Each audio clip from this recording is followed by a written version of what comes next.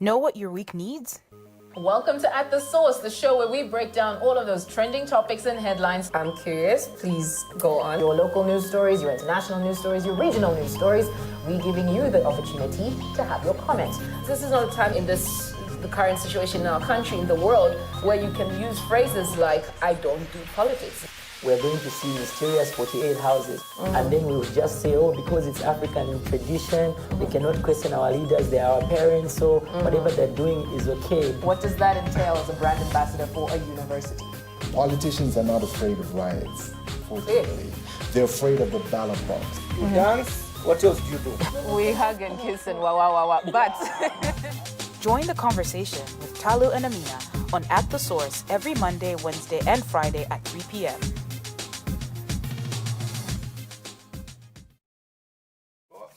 all right, so Handsome tigers.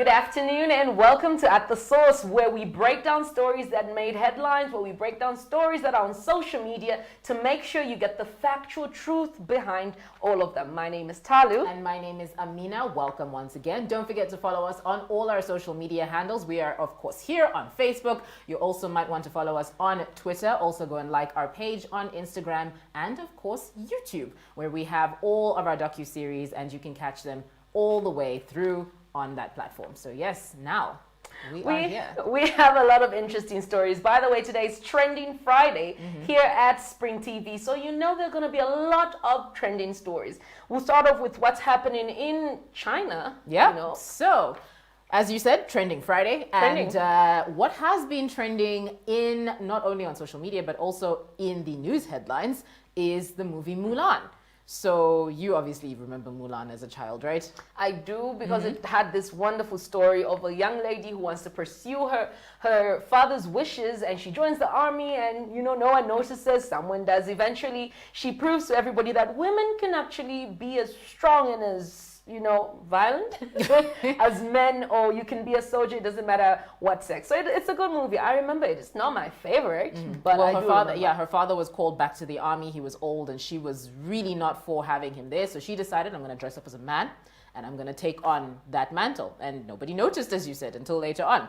But the live action remake of the Disney cartoon, I would say, Mulan, was then coming into fruition. Obviously, they've been working on it and everything.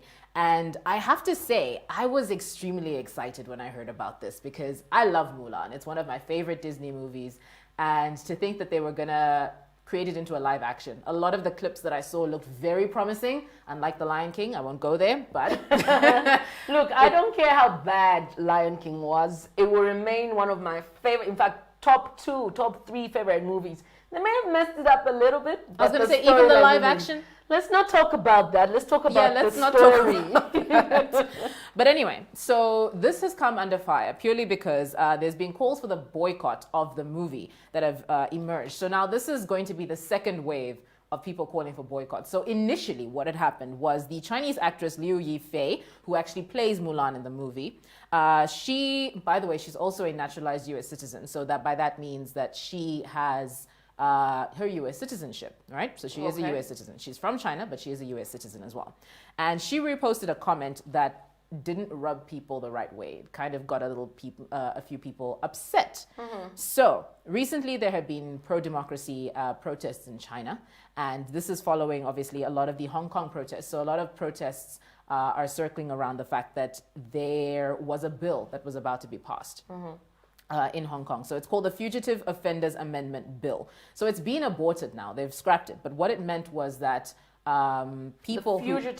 The Fugitive Offenders Amendment Bill. Yeah, so what that meant was, and I'm going to read it out. So the now aborted bill would have allowed extradition to jurisdictions with which Hong Kong did not have extradition agreements with prior, including mainland China and Taiwan. So that would mean pro-government activists, who, let's be honest, are not exactly any government's favorite people, would have had to be extradited to China in order to be prosecuted. Now, according to some activists, being moved to China would have been worse than actually being prosecuted within Hong Kong.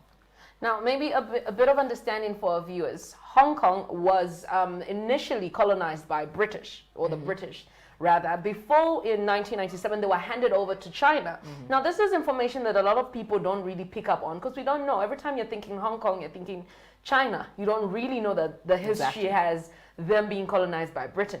And with that came this amazing shopping paradise. You know, they have westernized, you know, Ideals, infrastructure, they're very ideals. exposed, yeah. They're extremely exposed. So they're sort of quite different. And if you ask me, and a lot of other people would agree to say, they have a sort of identity crisis because there's China, Beijing, and all those other, you know, Chinese cities and districts and towns, and there's Hong Kong, which didn't know how things used to happen in the past.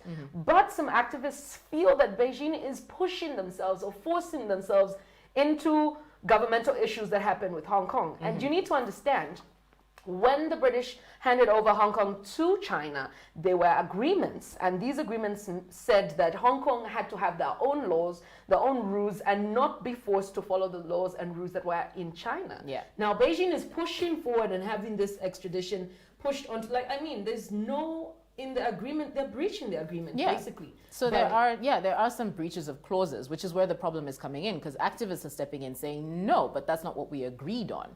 So Hong Kong wants sovereignty. They want to have their own set of rules and laws. But that they will did then sign an affect agreement. them. Don't they deserve that? I think there's loopholes in that agreement. So this is where the protests are now coming in, right? So now when this was happening, the protests did obviously sometimes get violent, as protests do, and Hong Kong police were deployed into a situation where they had to quell the protest, but again were accused of police brutality. Now, going back to how all of this relates to the movie Mulan, she, the actress Liu Yifei, tweeted in support of the police in Hong Kong. And this is what she said: "I also support the Hong Kong police. You can beat me up now." The post adds in English, "What a shame for Hong Kong." She put this on Weibo, which is a Chinese social media platform, and needless to say, she was attacked. A lot of people were saying hashtag boycott Mulan, and it just turned into a social media mess. Look, it's inevitable that people would interpret that as her trying to silence the people in Hong Kong or to, you know, infringe their freedom of speech. You don't come out like that, and you're a celebrity now. Everybody knows your name. People are talking about you. She did kind of step over a few lines she wasn't, and eventually look at this person who has this freedom in the United States. Keep in mind, she changed nationalities. She's a United States citizen and she's enjoying herself. I'm going to be allow me to be not shallow, but girl, you are making big movies. This movie's budget alone can help us out with our debt crisis here. But that's not where I'm getting at. My point is, you have all the money, you have all the fame, you have the freedom in the United States, you're living the best life. You cannot, and you're no longer a Chinese citizen, by the way, you're an American citizen now. Coming out like that was it was really wrong. Exactly. And the thing is, it's not only Chinese people who get, Chinese celebrities who get pressure like this from social media. This is everywhere. Like you said, you're all over the place. But then now, bringing this to today. So this happened in mid-August when she made those tweets and she came under fire for that. Again, Mulan has been making the headlines because now it's come to light that a lot of their footage was shot in Xinjiang, which is a region in China, which is, Talu, it's known for... Oh my God, I don't even know where to start from. There's so much oppression going on. We hear stories of Muslims being taken into concentration camps. We hear there's so much that has been rumored to be going on in Xinjiang, and not just rumored. People have come out and given testimonies about the things they've seen. Last time we had doctors coming out to say, look, you know what, this COVID thing, some people are not even being attended to. Some are being thrown aside because of their beliefs and the things that they stand for. It's a very, very messy situation. So now when you ask the Chinese government about Xinjiang, this is what they say.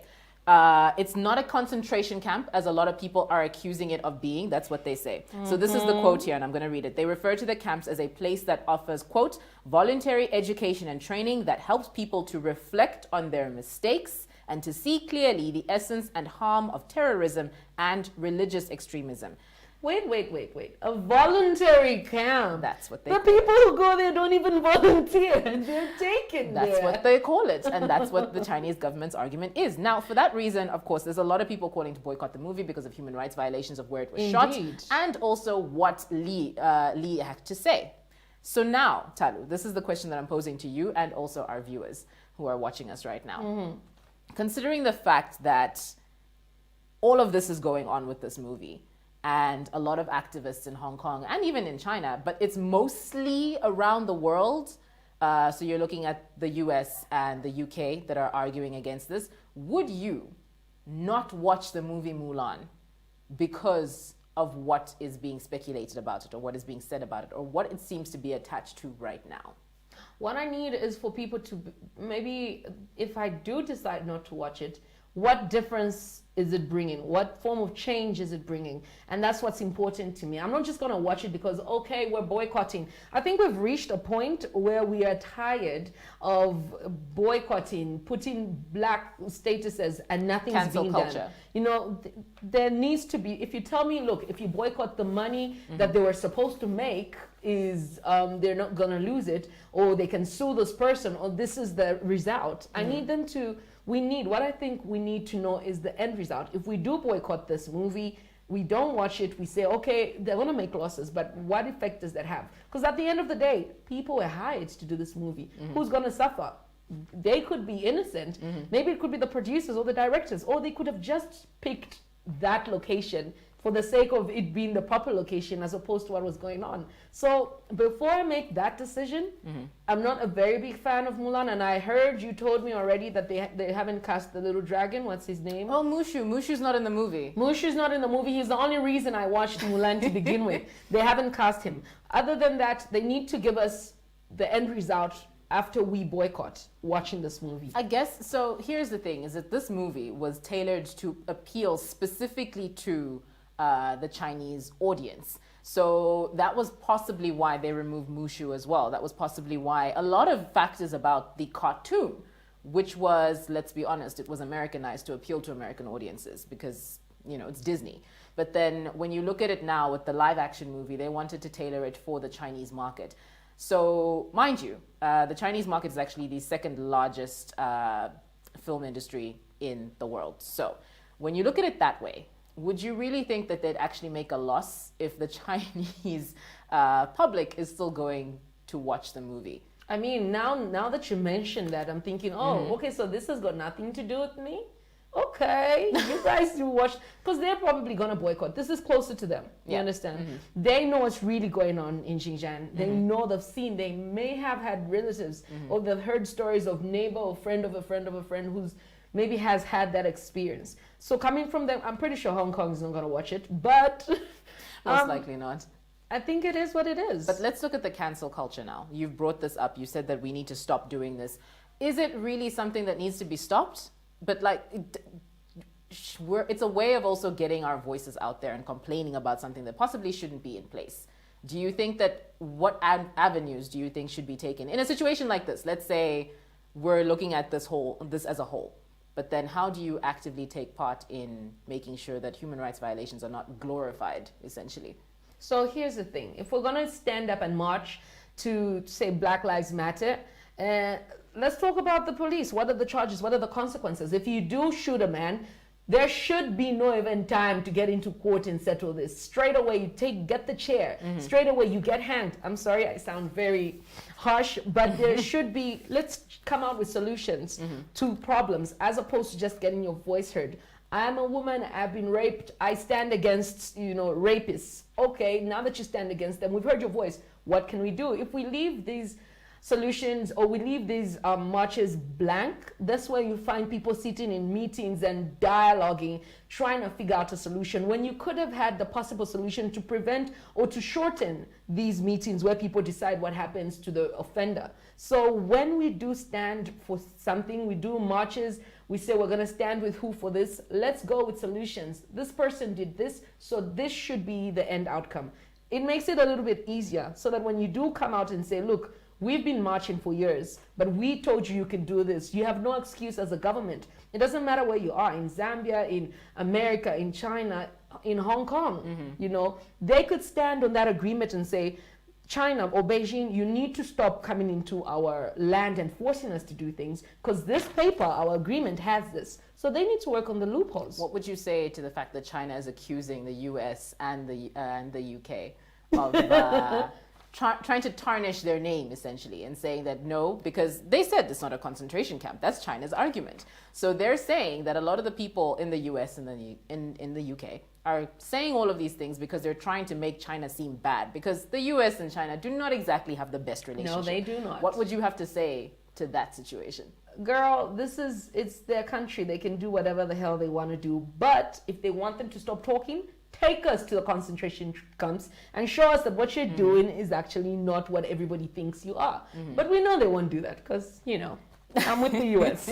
Well, you can let us know what you think about this topic. Do you think that cancel culture is a thing? Would you actually still go and watch the movie Mulan, knowing what you know now about how or where it was shot and what the actress had to say about certain human rights violations? We'll be right back.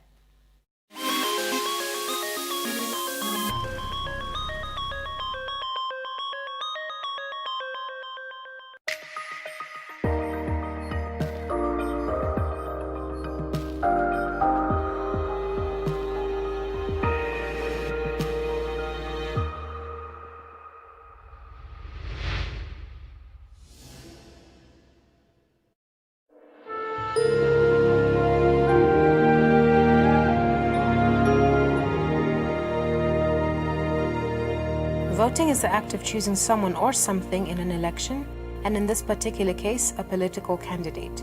In a democratic country like Zambia, voting is essential.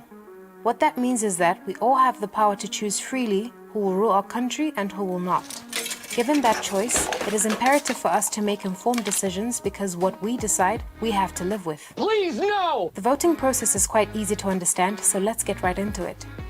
After registering as a voter and collecting your voter's card, you will have to wait until the polling day to cast your vote. In this time of waiting, you can take time to get more acquainted with the aspiring candidates so that you're able to make an informed decision come polling day. On polling day, when you get to the polling station, you will undergo screening. This is done to make sure that the people voting are eligible voters. The polling officers will check your NRC and voter's card. They will also do a security check just to ensure that you only have what you need at the voting booth. So before you get to the voting booth, you will be given your ballot papers listing the candidates you can vote for, and you will proceed to the voting booth. Always ensure you read the instructions carefully in order to not make any mistakes. Thereafter, complete your ballot paper by selecting your preferred candidate. Do not, for any reason, write anything else on your ballot paper, as this may nullify your vote. Your thumbnail will be inked with a semi-permanent dye, just so you cannot be allowed to vote again anywhere else other than the place you voted. Right after the voting is done and the polling station is closed, the ballot papers are all screened to make sure they've been filled in correctly. The ones that are not are set aside as rejected ballots and do not count as votes. This is why it is important to follow all the instructions and fill in your ballot paper carefully. As the ballots are counted, a report is given for each district and province. After all the results are compiled, the returning officer then gives a comprehensive report for the nation, revealing the victor for that election. The victorious runner for that election is then sworn in and named president. Each one of us gets one vote. Let's make it count.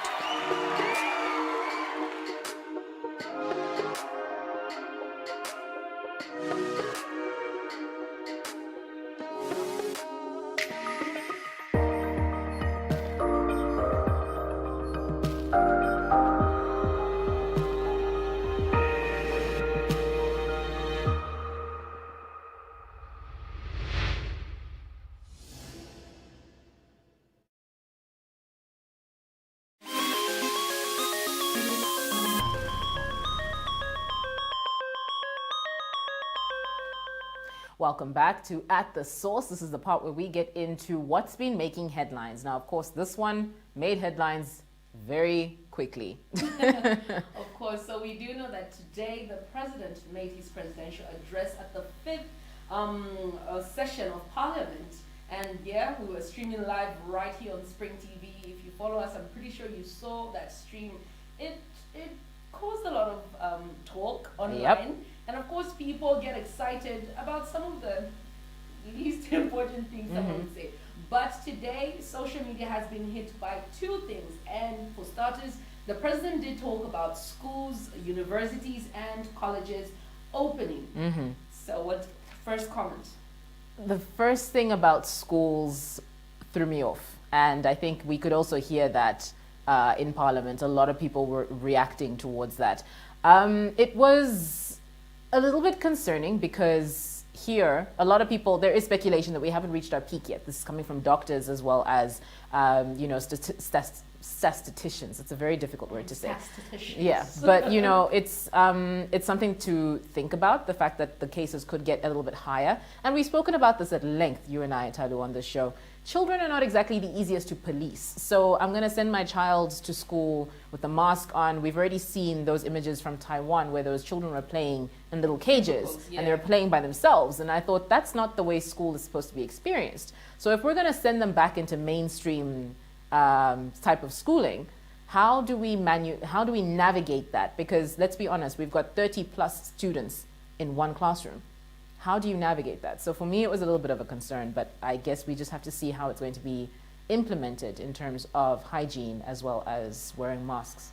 But well, I think we need to move forward one way or another. That's the thing. And we just need to move forward. Everywhere else in the world, they've noticed this. In countries where situations have been worse than ours when it comes to the pandemic, they have figured out ways to move on. So the president, having said this in his presidential address, I think this is just a sign for us to figure out how to navigate, like he said, but we still need to move on. Life goes on. Our kids have been out of school for almost a year now. Are we not going to move? Is this the end? Are we going to have homeschooled or adult children? Here's my question now, though. Like, it's September. The year is pretty much over. So we've opened schools, but to what effect? You know, the kids are going to have to go on holiday just now. And then what does that mean? You know, because am I sending my kid back to school for 2 months? So therein lies the issue of navigating. We could just change the syllabus now, or rather not the syllabus. The syllabus can remain, but just move the terms further. What they're supposed to be learning at the time they stop, they could pick up on that. And they just change. What if exams have to be written in January or in July as opposed to the usual in December or in November? Things still have to go forward. And I am on the president's side. I want the kids back in school. But of course, with us navigating the most safest ways, with the most safest measures for them not to come back homesick. Well, I hear you. But another? I was going to say another, you were about to go into it. Another thing that got everybody talking on social media, I don't even know. I don't know. Zambians, they never cease to amaze me. Like, bars and nightclubs will be partially opened in it's a pilot, first of all. Let's understand this. It's a pilot, meaning they're trying to see if opening of bars and nightclubs is going to bring maybe a stretch of, you know, COVID-19 cases. It's a pilot. People are way too excited about this particular clause that the president mentioned in his address today. What do you think? Again, this one has me a little bit reserved, possibly even more so than the school situation. And this is purely because children are not exactly easy to police, but they have to listen to what the teachers say. Adults, on the other hand, are alcoholic adults. Alcohol enthusiasts. That's what I'll refer to them as. Alcohol enthusiasts are a little bit tougher to control. I mean, let's be honest. You're having fun. You're enjoying your time. And why exactly would you be very conscious about keeping your mask on? So, but as you said, life needs to go on. So it's going to become a little bit of a problem. However, we do need to go to break. So we will obviously be getting you on the other side. Stay tuned.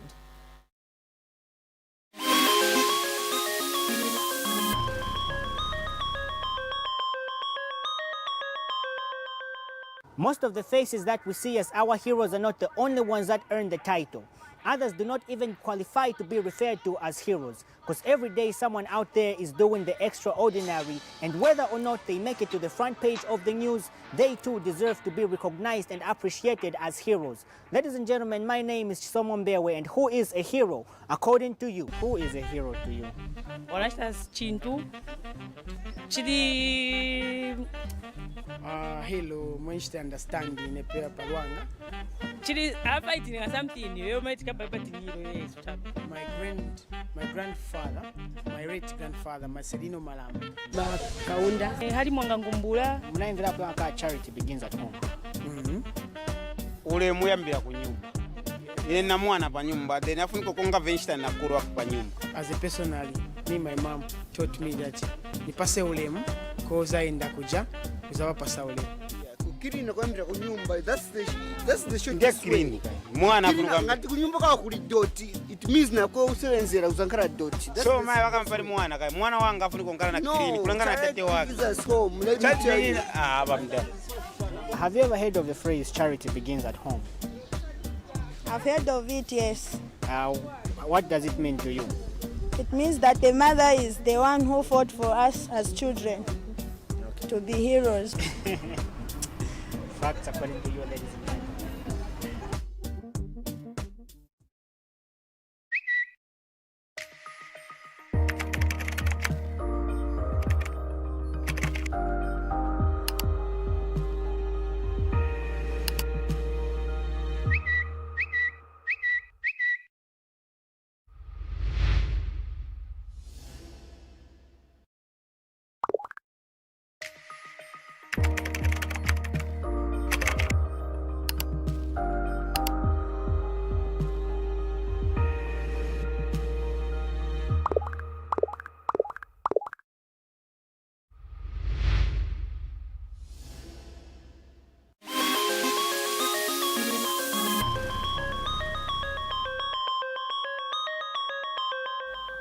Welcome back. This is the part where we get into the comments. It's also my favorite part of the show.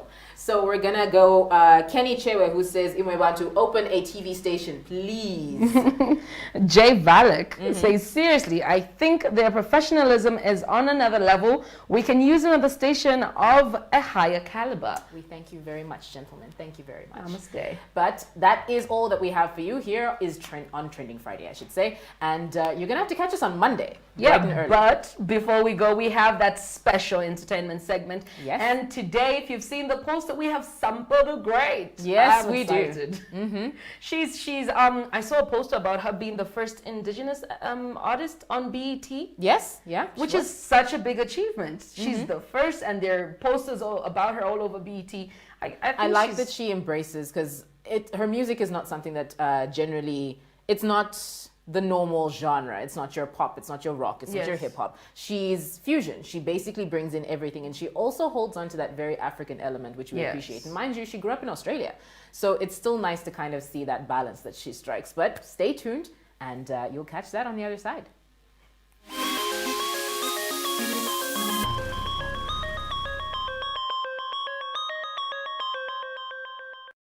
If he has the right, Doc, to talk about the party that way, then I'm beginning to wonder. He doesn't have, but many people talk. KPF talks about party business. It tells them. We're talking about your party. No. There's a cartel somewhere that has just plotted against the head of state and the PF government. And the whole idea is, look, let's just be calling them corrupt. Let's just be calling you corrupt. On national TV, have to allow on national TV, I was quiet when you were speaking. Let me speak. Please.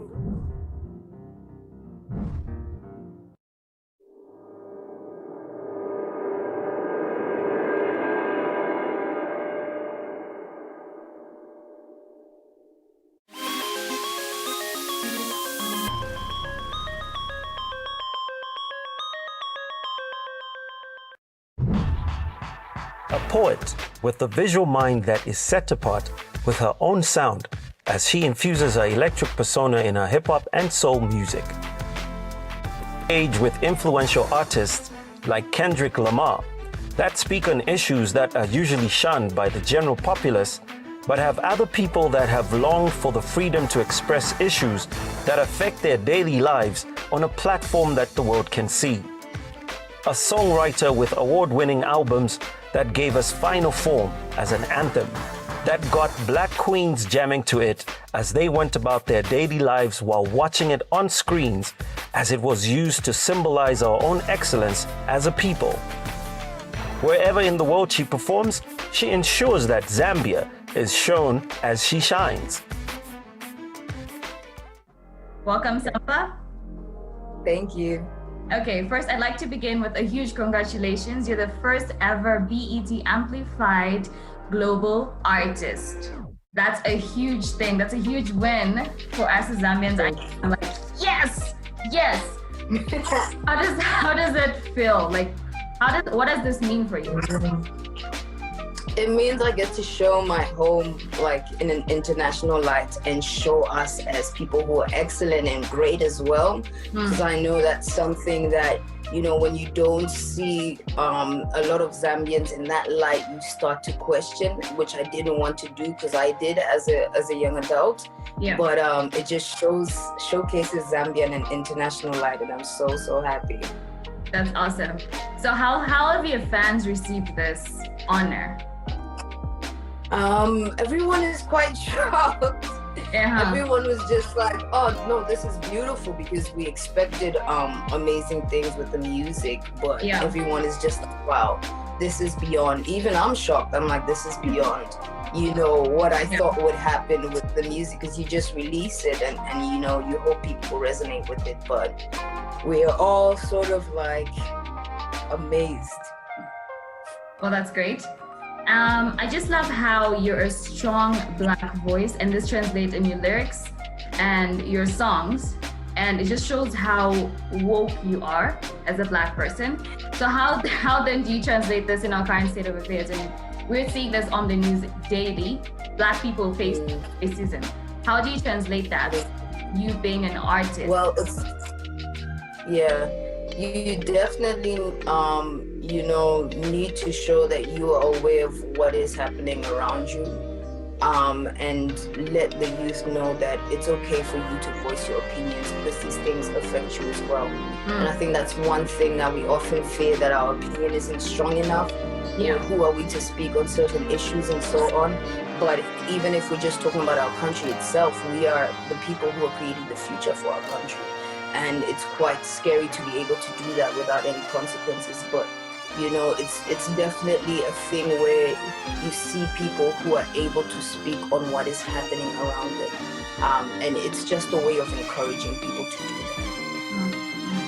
So have you ever experienced any form of racism, and how have you dealt with it in the past, or maybe presently? Presently, girl, have I? Yes, I have. I think especially when you're outside of a continent, outside of your country, you actually get a glimpse of how people view you as an African. And with that comes racism and prejudice and everything else. I'd say when I was younger, I'd probably ignore it, or, you know, just, you know, come during the situation and go home and cry. Now as an adult, it's like I understand that this situation does not involve me. This is a person's problem with my race, not me. It's not a problem with my race. And I think, you know, we have a tendency to put it upon ourselves and be like, oh no, you know, take it as something that is wrong with us. It has nothing to do with us. And as an adult, I'm aware of that. I'm aware that this person has a problem with me because of their own prejudice and their own upbringing and what they believe in, which has nothing to do with me and who I think I am and what I think about myself. And I think that grows with knowledge of self and with time. And it's easier to act less aggressive towards, you know, these instances of racism and be like, listen, that's your problem, and tackle it head on. Yeah. Okay, can you take us through your creative process? As in, how you... Oh, Lord. what is a day of Sampa the Great making music, and how do you get into it? It varies. It varies. If we're talking about recently, obviously with the whole pandemic, there's a dip and a rise with creatives these days. But, you know, if it's something normally and I'm working with a producer or an artist, you know, I usually send them my inspirations. listening to this music, or I'm inspired by this, or I wrote a line and I see your voice in it, and it just starts with the communication end of it. And once we establish whether, you know, we're both feeling the music or we're in the same space in our lives, then we start working on how to express this musically. So it varies. There really isn't one, you know, sort of formula or blueprint. Yeah, I go in the studio and I do this, so do this first. It varies with, I had literally, like, I get asked, how do you write music? And I was like, yeah, I don't know. It varies. It varies on the inspiration, and it varies on the time in my life, or, you know, the space I'm in, or the people I'm with. So there isn't one particular formula, but it's been known that when we express with my collaborators, then that's how we kind of bring out the music. Okay, you've spoken about inspirations. What are some of these inspirations? Okay, maybe is it like water, or is it African culture? Oh, true. I think life experiences. How we as Africans or Zambians are able to still be content with what we have, how we are able to be passionate, how we are able to love where we're from. You know, it's different life experiences of someone who's gone through something and has come out strong on the other side. Yeah. Down to nature and how beautiful and vast it is. You know, there's not one way, and I think that's how beautiful music is and how it continues onwards, because its inspirations are varied. So, yeah. Then how do you unwind and just take a day off? Yes. I turn off my phone. I turn my phone off. That's how awesome. I get to unwind. I have to. I mean, it's a beautiful way to communicate, but it gets to a point where it's like, hey, interviews. Oh, hey, I have a song. Oh, hey, this and that. And it's just like, okay, I'm going to take this time for myself. Because as beautiful as it is to work with people and, you know, collaborate and move on to the next project, you know, self-care is a huge thing that allows all of this to happen. And so I make sure that I value my self-care and value rest as much as I value work. It's just a good balance. And sometimes we're not afforded the privilege to rest. But when I do have that time, it's very important that, you know, that's good. Everything is off. Good to know. And how do you stay grounded? I mean, we're talking this industry with bright lights, get to meet new people every single day. How do you stay grounded? I think it's the way I was raised, you know. My parents, my dad, we were raised in Botswana and kind of raised between Zambia and Botswana. And, you know, he'd do this beautiful thing where when we come home, he'll take us to the village. Or when we're in Botswana, he'll like drop us like at this is crazy, at a taxi rank and be like, okay, find your way home. Okay, bye. What? And it's like things like that where it's like, you do know that there are people who have a different life experience than you, or you do know that this is not forever, or you do this, that, and the third. And to be able to be raised by parents like that really made us grounded in understanding what a blessing, you know, life is. And so I don't think I would ever get to the point of big-headedness. And if I did, my parents would really like remind go ham on me, or my sisters would, because they will remind me. And my mom does a beautiful thing. She'll be like, I'll be like, Mom, oh my God, Lauryn Hill did it. And she'll be like, oh, okay, cool. Have you taken out the things from the dustbin, or have you washed the, like, it's, okay, that's nice. But you have responsibility. You have chores. And that's kind of always kept it. You have some chores, you know? And that's always kept it, you know, it's kept me grounded. So Black August gave us a beautiful experience. I saw it live on YouTube, and you did it right here in Zambia with an all Zambian crew. Can you take us through the experience behind the scenes of making that experience that you gave us? To be honest, it came about out of the blue, the opportunity itself, because, you know, I had come home and with this whole pandemic, it's really hard to travel. So I had kind of put everything on pause in terms of live performances. And I was reminded, oh yeah, we have this performance, but you're probably not gonna do it because you're in Zambia, you don't have a band, And I was like, oh, wait, you know, this performance is pretty huge and we have amazing musicians in Zambia. I mean, I don't know, maybe we should try and reach out to someone and see if we can put something together. And it was very ambitious. Even my manager was like, you have a week and a half, so I don't know how you're gonna put this together. But for me, it was like, it's such an important cause, Black August, and it's on an international stage. And I've been doing these live performances in Australia, and I'm home, and what a privilege it would be to be able to do that and showcase how, you know, amazing musicians are here at home, because there's, you know, sort of this expectation of it's way better that side in the West. And it's just like, sometimes you have to see the diamond in your own place. And I was like, okay, let me hit up the people I know. It's really ambitious. Let's see if this can happen. And I hit up Mac 44. And he was like, okay, yeah, we can do this. We can make this work. And I was like, okay. And then he just put us in contact with some amazing musicians, Lazarus and Kasonde. And we kind of were like sending each other music, sending each other our live performances. And we managed to get it all done and perform it. And it was beautiful. We did it in front of Mosi Otunya, you know, showcased where we are. And it was beautiful. I'm glad that we were able to get it together. We also had the Natives Media shoot it, which made it beautiful as well. So I'm so glad we were able to show Zambia like that. And, you know, people now know that we can do it too. No, it was a beautiful scenery, and I will go back to watch it again because there's songs that And what was it like for your fans outside? Oh, it's even more beautiful for them to see, you know, where I grew up or where I'm from and the people who I'm surrounded by and where the inspiration of the music came from. So stuff like this is always like, oh, I get to know more about you and I get to see more of your story. So they were elated, like they were really excited. Oh, that's pretty dope. Do you have any final words to your fans here in Zambia and all?